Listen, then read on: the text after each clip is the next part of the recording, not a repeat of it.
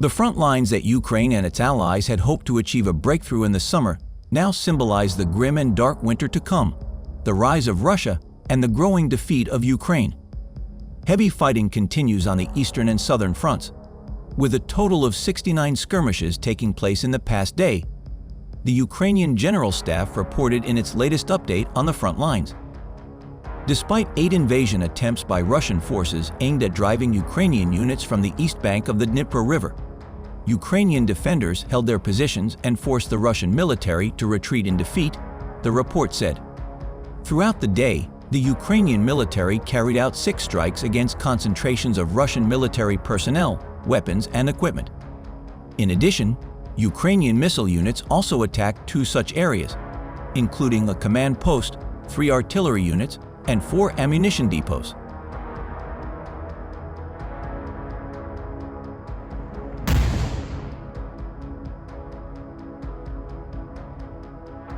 Fighters of the 10th Separate Mountain Assault Brigade Edelweiss of the Armed Forces of Ukraine destroyed a large armored convoy with a landing party of Russian invaders.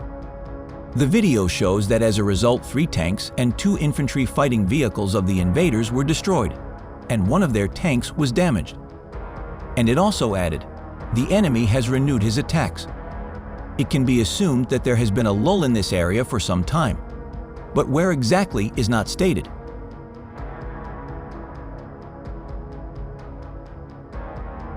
Ukraine says its military maintains a defensive line in the eastern Kharkiv region, despite being outgunned by Russian forces trying to take control of the city of Kupiansk.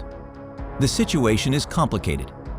We must fight in conditions of enemy superiority both in weapons and in numbers of personnel, said Alexander Sersky, commander of the Ukrainian army.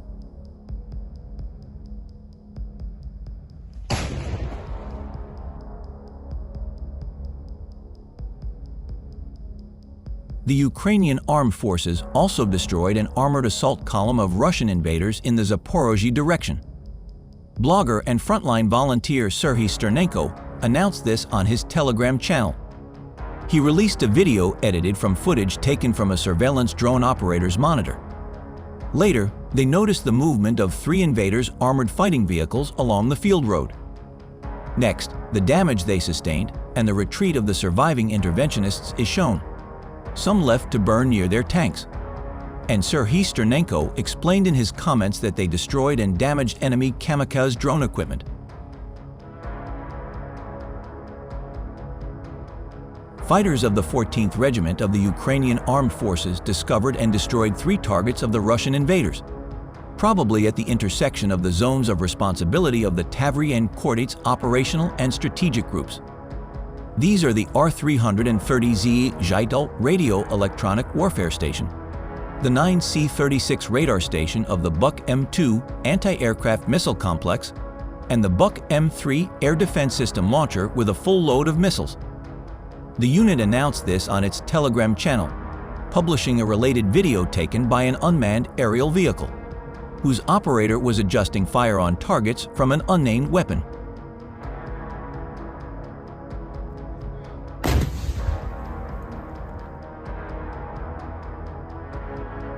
Vladimir Zelenskiy sought to improve the domestic atmosphere in Ukraine and maintain Western support that has faltered in recent weeks in his year-end news conference.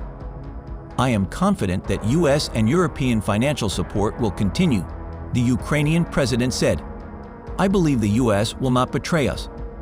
The standoff over aid from the US and Europe has Ukraine's allies thinking something they hadn't imagined since the start of the Russian invasion, that Vladimir Putin might win. With more than $110 billion in aid, mired in political wrangling in Washington and Brussels.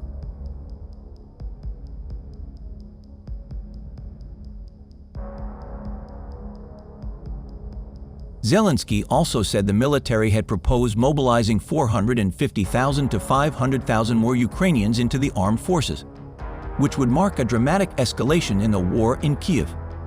It is a very sensitive issue that the military and government will discuss before deciding whether to send the proposal to Parliament, Zelenskiy said.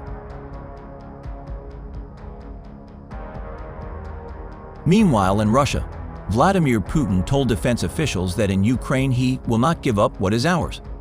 while claiming that the Russian military has momentum. "Our troops are holding on to this initiative," Putin said at a year-end meeting with his defense chiefs. "We effectively did what we thought was necessary, did what we wanted."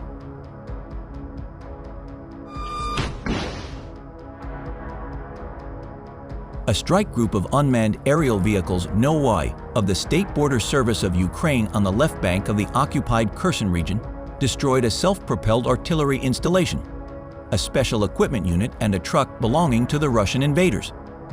The press service of the State Security Service of Ukraine reported this on its media resources, publishing a related video edited from footage taken by an unmanned aerial vehicle bomber, whose operator accurately dropped a grenade on the above-mentioned equipment.